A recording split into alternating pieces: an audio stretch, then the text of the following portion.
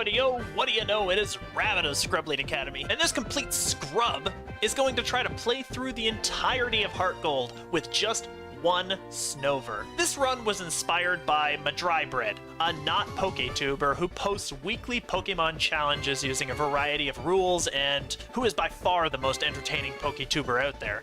If by some miracle you've stumbled across my channel and not his, I'll leave a link in the description to check his stuff out. It's well worth your time, trust me on that. Anyway, this video is inspired by his Pokemon challenges, specifically his Snowbama run. Now, it's made much better by the memes, but I gotta wonder, where he can beat Pokemon Platinum with only one Obama Snow, can I beat Pokemon Heart Gold with only one Snover? Now, Snover's base stats are pretty lackluster all around, with a particularly bad speed stat. But like in the Snowbama run, it's Snover's type that's really gonna get in the way the most. Things might get a little difficult with the rival's fire type or at Morty's gym, since we won't really have great moves to deal with them right away, and maybe Lance's Charizard's going to be a pain. But there isn't really too much I'm concerned about. Maybe I'll be surprised. With this run though, I don't think we'll hit any massive snags until we try Red, where we'll smack right into a brick wall with his massively overleveled Charizard. I'm not sure we'll ever have the right moves to deal with that, but thankfully, that's not part of the challenge. It's just a bonus if I can somehow rabbit trick that one. Speaking of moves, here's what Snover gets access to by level up and by TM. We don't have a great option for those pesky fire types, at least in the primary base game, but I think our 100% accuracy Blizzard and our meaty Woodhammer will get the job done with most major late game threats anyway. Really, the only thing that I think will stop us cold is a strong fire type. So we start the game by having our helpful comrade, the Universal Pokemon Randomizer, swap out the grassy Chikorita for a frosty cool Snover, which will have the whole run, for better or worse. This lets the rival pick Cyndaquil, which will definitely be the toughest one for us to face and will make this run a lot harder than it would have been. As for nicknames, I think it's fitting to name this little guy Obama Snowrunt. Unfortunately, the character limit won't let us play ball, so I eventually decided on Snow Baby, the child of Snowbama. We start with all the miscellany at the beginning of the game, burning through text like we actually chose a fire type instead of a Christmas tree bud, until we get to... Actually, I've never tried to run past this house before. I love how he mentions that there's a random house out in the woods, and who would even think to run by a random house out in the woods? Who would do such a thing? I tip my hat to you already, Game Freak. Good job. Until we get to our first rival fight, which goes surprisingly well despite our moves not really being very effective, me missing a crucial Razor Leaf, and not healing before the fight, or saving the game. I expect Snow Baby's gonna steamroll this first little bit here, just because of how powerful our type coverage and Snow Warning are in this part. Falkner and Bugsy don't even stand a chance. Speaking of which, Falkner is our first major challenge, but to get to him I have to go through the Sprout Tower, and I absolutely steamroll it. There isn't a lot to show here except this line of dialogue. This little squirt sure made me hurt. Isn't this a kid's game? That's not necessarily bad, but it sounds very much not necessarily bad. Now, when I fought the Elder, his Hoot Hoot actually put me to sleep and started pecking me to death. I'm not gonna lie, I got a bit scared, and I might have peed a little, like a man. But he wasn't a massive deal. I woke up and threw some snow at it, and it fell over. Still, that made me a bit skeptical if I can handle Falkner at this level. I forgot that despite being super effective against his birds, he's also super effective against me. When I got to Falkner though, it was both good and bad. Pidgey was a one-shot, but I knew that Pidgeotto would definitely outspeed, so I decided to go for Icy Wind instead on the off chance I lowered its speed. Good call too, because not only did it outspeed, not only did I lower its speed, but Pidgeotto crit for a massive 30 damage, almost taking my poor Sprout to the curb. Still, the wind did its work, and I got to move first the next turn, ending the fight. I decided that I would need to get some HM bots eventually, so I caught a Rattata and a Bellsprout. They would be useful for Flash, Cut, and Rock Smash, at least until I got better options. Now, I haven't played these games in a while, so I actually forgot how easy the Shell Bell was to come across in this one. I immediately swapped out my Miracle Seed and never looked back. Then I zoomed through Union Cave like it was nothing. Those rock types won't normally make your day in a challenge video, but Snow Baby crushed them like they were pebbles in a hydraulic press. That move coverage is amazing. So I had a choice at this point. Either I could face my rival or go to the gym leader. I decided to crush Bugsy's bugs first, since I figured that would probably be the smarter and easier route, and I was totally right. Okay, so maybe not quite. Well, if he can one-shot me with a U-turn at my level when I was having no trouble at all dealing with anything else, I think that going for my rival next might be the best thing to do, and it might get me a level to survive a single hit. So, let's try that. So the rival, whom I've affectionately taken to dubbing Mr. Robo, I still can't believe the cops bought my story, but it was enough for them apparently, opens with a Ghastly. I'm definitely not outspeeding that, and I know it's not going down in one hit, so back to Icy Wind. I hope Ghastly picked up that phone too, because I totally called it.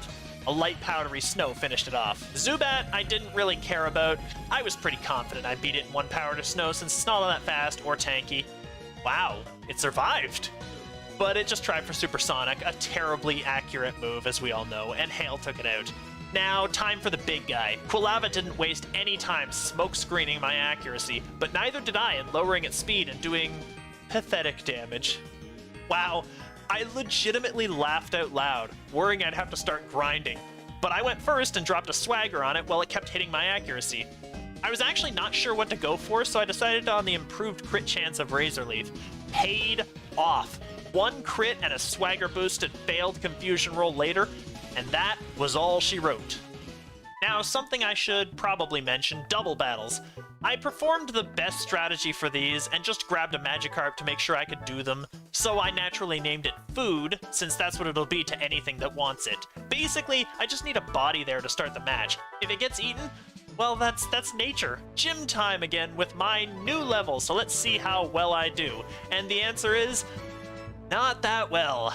I went to war with Bugsy's Scyther, but I did prove I was in a damage range for U-turn, and that's kind of all the confirmation I needed to try it until the RNG added up. Basically, I couldn't slow it down enough with one Icy Wind, so the chances that it wouldn't just U-turn and reset all the stacks I was building on it was pretty slim. But I had Swagger, and that could prove lethal. See, I was in a damage range, but so was Scyther after hitting itself once with Swagger Confusion.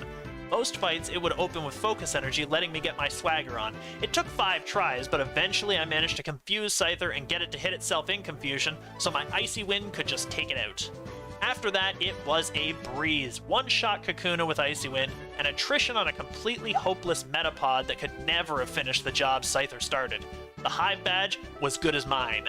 Well, in Ilex Forest, I decided to replace Snow Powder with Headbutt.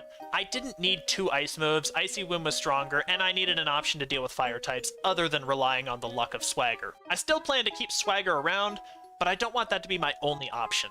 After getting kidnapped by my friend and forced to meet her grandparents, I race off to the 3rd gym, only to remember that I have to visit the radio tower next and ace a quiz on the first try. I don't know who Professor Oak talks to, I don't listen to the radio. Then Whiny runs back to her gym and I go over there and proceed to wipe the floor with her trainers before coming to the beast, the legend itself, Miltank. This is a monster, but first I have to deal with this little foot soldier, Clefairy, and... right, I forgot about Cute Charm. Ah, damn it, this is gonna be this trainer's gimmick, too. And I wasn't wrong. When I wasn't infatuated, I was doing so little that it was actually absurd. I lost again and again to Miltank stops, and when I tried my Swagger strat, I realized it had a Lumberry on reserve. Ah, sneaky cow. The luck was just not on my side. From Clefairy hitting so many super effective metronome random attacks, to me missing half my moves, to just getting massively crit all the time, it was like Eladra herself wanted to see me suffer. D&D lore insert here. I just could not get past this wall of cow, so back to training. At least I left a few trainers I could burn through to get some quick experience. I figured if I was that outclassed, 3 more levels might give me a small edge, but a bit more luck might help a bit more. So I went for the plan, getting to level 26 before starting again. Oh, there are the crits I was looking for. Where were you guys in my life? Back to Whiny, and oh my god, I tried this again and again and again, but I was not about to give up. I knew I had the opportunity, and there was no way I was going back out to train on wild level 11s again. The numbers are there. The crits are real. Except they weren't. The luck literally hurt until this one run when I got so damn lucky and put Miltank in permadrink mode, getting exactly the right amount of damage to keep it from attacking. No flinches, no cheese, just spam buttons and a determination that would test the patience of the Great Buddha. Then, finally, a crit headbutt! Finally a chance, and the tank stomps. It's over if this Razor Leaf connects. Oh my god. It's done! It's done! The trial ends! And those tears, the salty tears, they fuel me! Finally past this nightmare of a fight. Later, I water a rock and move on to Ekritik City, where I heal up and head east to have a giant man without peripheral vision run into me, then give me his strength so I can do the same to other people. I head straight for the gym leader, only to realize that I have to enter the burn tower and get him.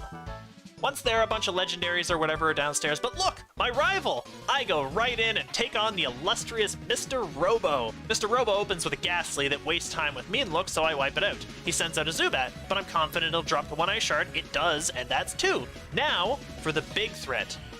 He outspeeds and crits an Ember. So, try to slow him down and hacks? So I go again for a fight that is exactly the same. The only difference is this time, Quilava starts to hacks me right back with accuracy, but after a bit of back and forth, I do end up finishing the fight with slow and headbutts. Then, Magnemite comes out, and I think it's all copacetic, until I miss an Icy Wind and it connects with a Sonic Boom. Round 3, anyone? This one goes weirdly. After hitting a Confuse Ray, Mr. Robo swaps out for Quilava right away, the thing that I expected him to do last time, and that turns out to be one of 2 decisions that works in my favor. The other is that Quilava chooses Flame Wheel instead of Ember, leaving me with surprisingly more HP than I would have had otherwise. Apparently, and I had to look this up after, Quilava's attack is significantly lower than its special attack, so the stronger Flame Wheel was actually less effective than the pathetic Ember would have been. After that, it was a breeze rolling through his minions, and I pretty much swept everything but Magnemite, which was hardly a threat considering I could take 2 Sonic Booms at that point. The next exciting bit happens at Morty's gym, where I deal with a ton of low-level Ghastlies using the opposite of Mr. Robo's strat, taking advantage of the Ghastly line's pathetic defense and my fairly decent attack. Now, something I'm getting used to at this point is that for all of my over-leveling, Snowbaby's still getting regularly swept by creatures 2/3 or less of its level. Super effective moves are a killer, but even those with good offensive stats or shutdown mechanics can easily beat this poor Sprout. This run's getting a little more difficult than I anticipated. Morty time, and wow, is this a roller coaster for poor Snowbaby. I make quick work of the first Ghastly, but Gengar gives me a real challenge.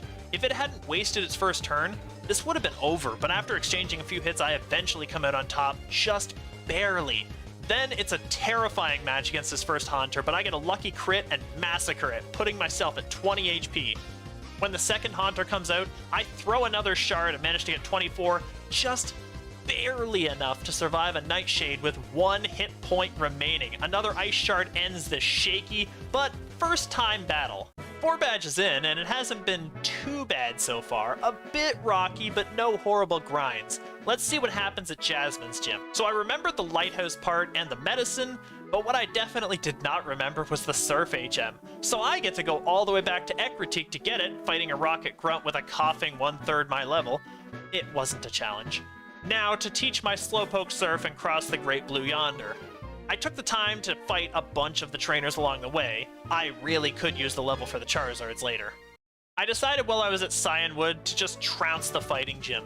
The only problem was, I started getting painful flashbacks to Bugsy's gym, where it was basically an artillery test between glass cannons on either side. My levels and their super effective moves were like perfect counters, and unfortunately my speed isn't all that great. I need an edge, and then it hit me. I'm almost level 41, where I'll learn Blizzard. Let's grind that level and make this easier than it otherwise would have to be. I figured I'd just start surfing, but I ended up fighting a Mystery Man for some easy XP, at least until his Haunter put Snowbaby to sleep and started licking it. Seriously, who licks somebody while they're sleeping? That's odd. I woke up and put an end to that right away, I tell you what. A quick grind later and I got Blizzard. I wasn't sure what to replace, but I figured I'd rather have a finisher more than a slower. If Blizzard doesn't get the job done, it'll come pretty close. Now on to Chuck. I'm not too worried about his Poliwrath, but the Primate might outspeed. Sure enough, it does, but it only goes for Double Team, and I wipe it out with my newfound ability to control the weather inside. Poliwrath goes down to 1 massive Woodhammer, and that's the badge. We really needed an easy gym fight after all that time. I head right back to the lighthouse, get Jasmine back to doing her job, and go straight in for the fight. Right away, I can tell it's going to be one of those kinds of fights. Her Magnemite aren't really worth mentioning, except they like to Thunder Wave and set her Steelix up for the sweep. One non-critical Iron Tail takes me out from almost full, so I realize I gotta shut down that first Magnemite. Iron Tail has a pretty good chance of missing, so if I can stop the Magnemite from paralyzing me, I'll have this one. Next run, I do just that, and Iron Tail misses. The final Magnemite is nothing, and I can finish it off. The Lake of Rage isn't a big deal, and the souvenir shop is a pain, but easy. So it's gym time. Price goes amazingly. Seal takes a flinch, and Woodhammer makes short work of the rest of them. That's badge 7 without any effort at all. Snow Baby was made for that gym. Radio Tower time, I suppose, so I quickly burn through that in order to get to the basement rival fight. And the luck finally turns our way. Finally. Confusion fails the first turn as we blast Golbat with some winter fun, then we flinch Quilava, take it out, and proceed to mop up the rest. On the Magnemite, I get a bit click-happy and hit Headbutt accidentally, but other than that, the fight went perfectly. The only fight worth mentioning in Radio Tower is the one with Archer, the boss at the top of the tower. He has a Houndour and a Houndoom, both of which can do massive damage to me. This one's all gonna come down to the hacks. Houndour immediately hits me with a massive Fire Fang, making Houndoom impossible at this level since it outspeeds. My Headbutt has to flinch or I will lose. Luckily, on attempt 7, I managed the flinch. Now I just have to survive one Fire Fang or it has to miss. Well, that didn't go as I'd hoped. It's clear the numbers just won't add up at this level. For the second time, I actually have to grind to make it through here. Level grinding isn't too bad right now, considering how many trainers I've left behind at this point. It's just a bit tedious finding them all. There aren't many good wild mobs to fight, but thankfully I don't need to. Besides, it's a good idea that I go ahead and grab as much XP as possible. If a Houndoom can OHKO me at this level, imagine how difficult it's going to be to take a hit from Typhlosion later. I come back at level 54, thinking it's gonna be a bit better. Once again, all I need to do is survive a single Fire Fang or outspeed and hope for some flinch hacks. I start the fight and get incredibly lucky with Houndour missing a Fire Fang, so we get the knockout. Now the moment of truth, and yep, absolutely one shot still. I'm gonna need a couple more levels. I'm pretty much stuck farming out at sea now, where I've run out of trainers to beat. It's not a bad farm, but hopefully things go better next time. I don't want to keep staying out here. Level 56 now, and things go a bit better with a one-shot on Houndour. I'm starting to like our chances, but Houndoom still outspeeds and still mashes me with a Fire Fang. That doesn't kill! That means there's a chance. Maybe a crit, maybe a miss. I decide to roll those dice a bit, losing twice before I come to this weird run. So halfway through my attempts, I try to see if Blizzard's better than Headbutt, since neither special effect will proc anyway. They do about the same amount of damage, but when I'm just about to be destroyed by another Fire Fang, Houndoom goes for Smog instead, letting me live on 2 HP. I throw snow and finish this brutal fight, and the coughing afterward is a piece of cake. Finally done, and on to Gym 8. On my way through Route 44, I take the time to beat every trainer I see. I still need the levels, clearly. While I do, I sort of reflect on many of the Pokemon challenges I've watched and realize that it's incredibly rare to see many of them with the amazing moves I have still struggling on almost every major fight. Snow Baby brings the cannon, but it's definitely made of glass. Claire should be really easy though, considering our ice typing. Time to head in and see. Well, first match I realize I didn't heal up, and Gyarados Intimidate drops our attack, forcing us to pretty much rely on Blizzard for damage. It's a long, roundabout way of saying that's a loss. Let's cut to the second. I throw in a Super Potion and head into the fight with full health, only to lose to the final Dragonair. I just didn't have quite what I needed, but I realized a solution immediately. I have 5 Blizzards, and I need 6 to deal with all of our Dragons and Gyarados. I have a PP up I could use. That'll bring my total Blizzard count to 6. My next fight with Claire ends up with her Gyarados being frozen solid on turn 1. What an incredible stroke of luck. Done. Absolutely done. And the Dragonair after in my first 3 Blizzards. Now I have 3 more to deal with Kingdra and the second Dragonair. 2 for Kingdra, who hits hard but doesn't get the hacks we got. And the last Dragonair goes down in a single Blizzard. Mostly that fight was due to human error. The actual battle was pretty straightforward, but it just goes to show how good Blizzard actually is. That clutch freeze probably saved us a lot of risk though. Unfortunately though, Claire, as it turns out, is a sore loser, and we have to brave her Dragon Master Challenge or whatever to get the badge. Don't matter to me, I need the XP, Claire, so thanks for being you. Now I have all 8 badges, it's time to head for Victory Road. But first, I have to head back to New Barktown. Professor Elm has something waiting for me. What? It's a Master Ball? Oh, I'm gonna take great care of this and only use it on the right Pokemon.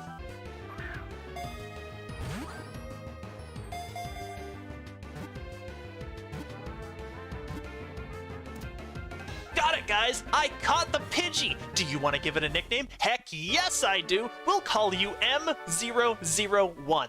It's so fitting. I've never used a Master Ball before, and I feel like this will stand out from the crowd. So I think it's worth mentioning Ho-Oh for this run. The Komodo girls are really just resets until the Headbutt luck lines up on their evolutions, but Ho-Oh's a completely different story. It has Fire Blast and Sacred Fire, so the luck isn't on our side, and we need a new move. Besides, Headbutt has entirely outlived its usefulness, and we can always get it back if we need, for free. Now, the cheese is real, but I decided to head back to Swagger. Out-leveling this monster will take forever, and if I can get the luck to line up, that's really all I need.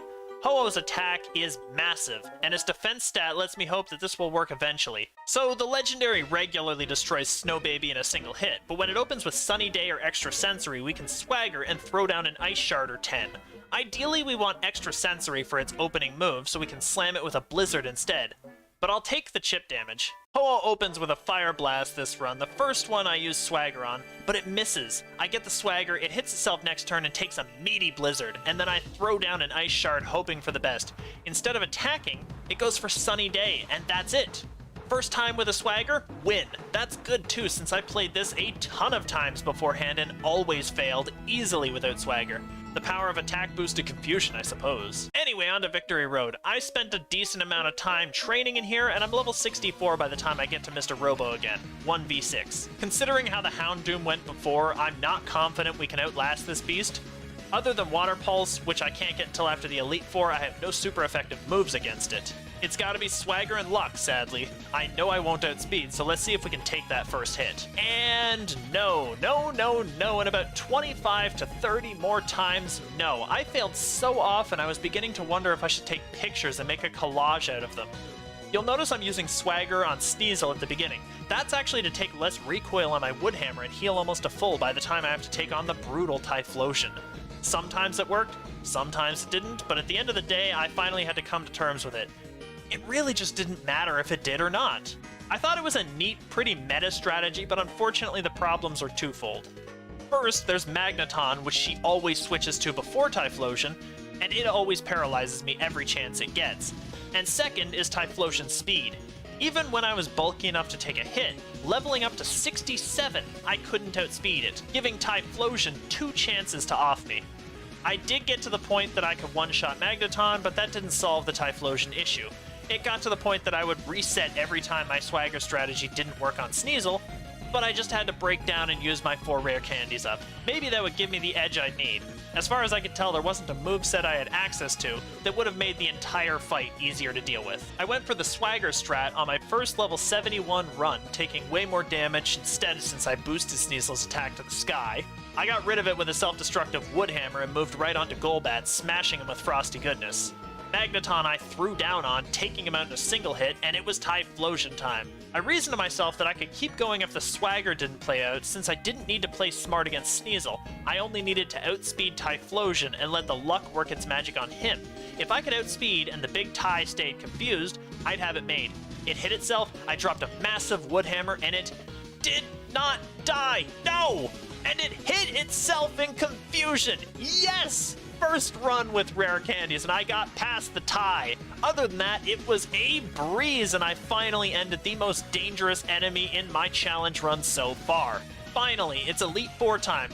Was it all worth it? Was the extra training enough? Let's find out. Xatu, the first, goes down in one Blizzard. Xatu, the second, gets a glancing blow in before dropping in a second Blizzard.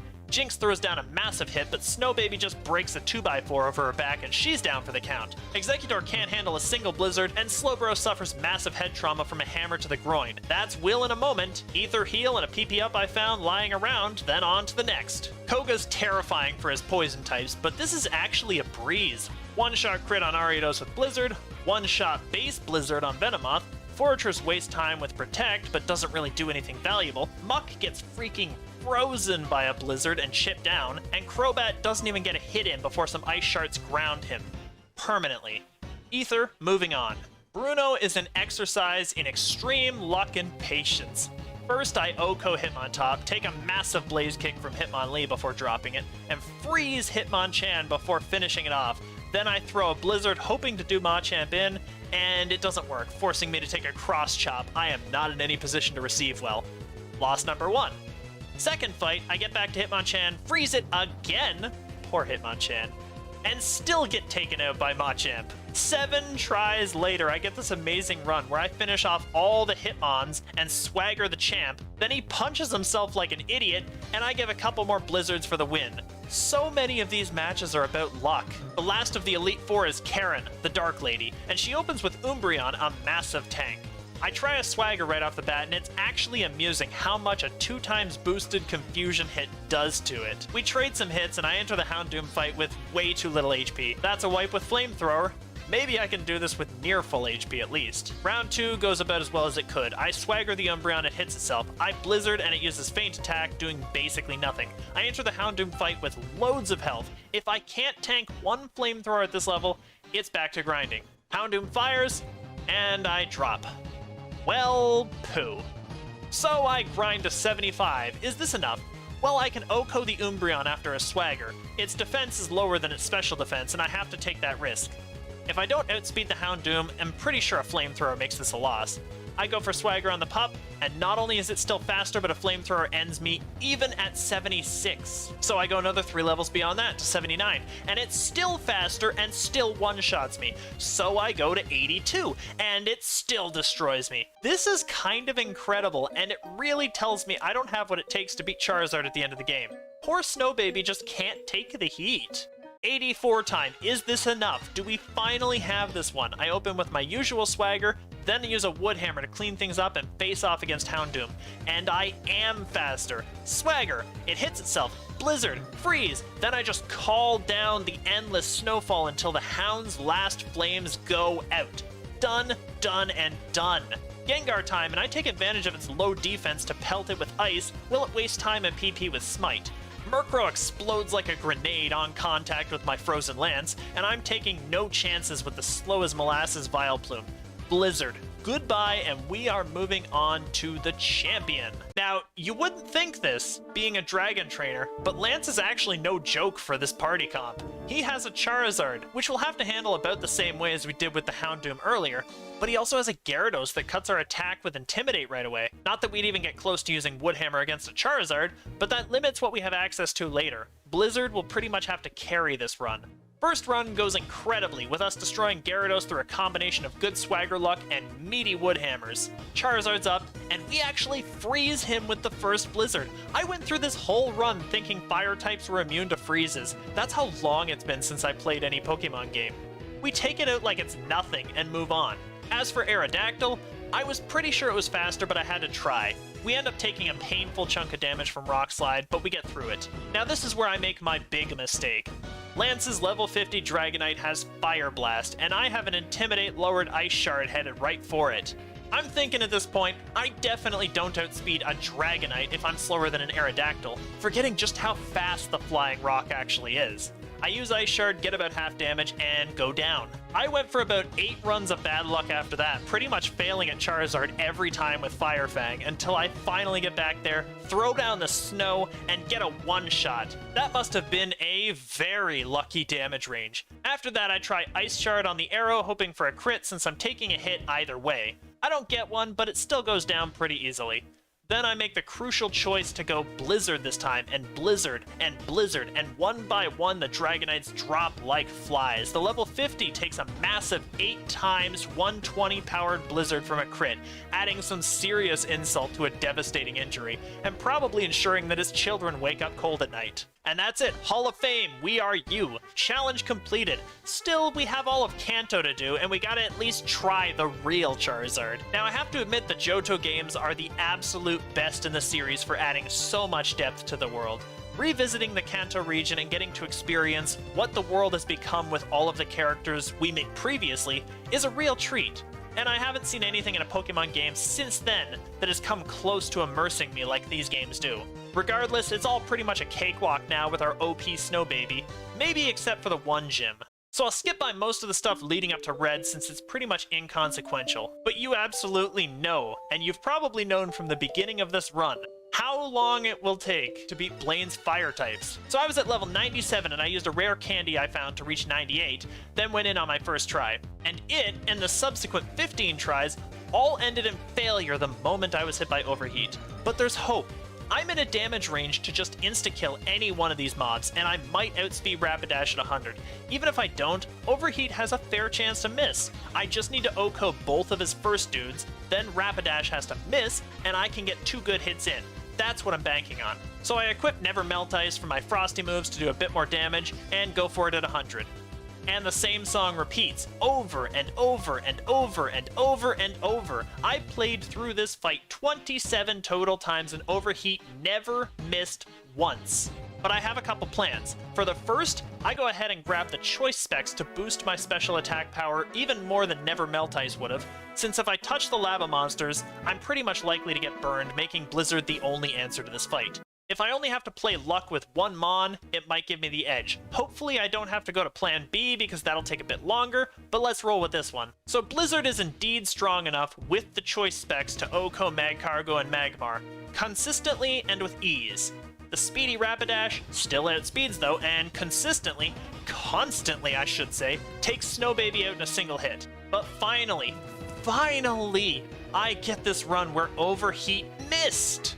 This legitimately took me over 50 attempts. When it did, I smashed Rapidash with Wintry Fun, and it lived! It lived!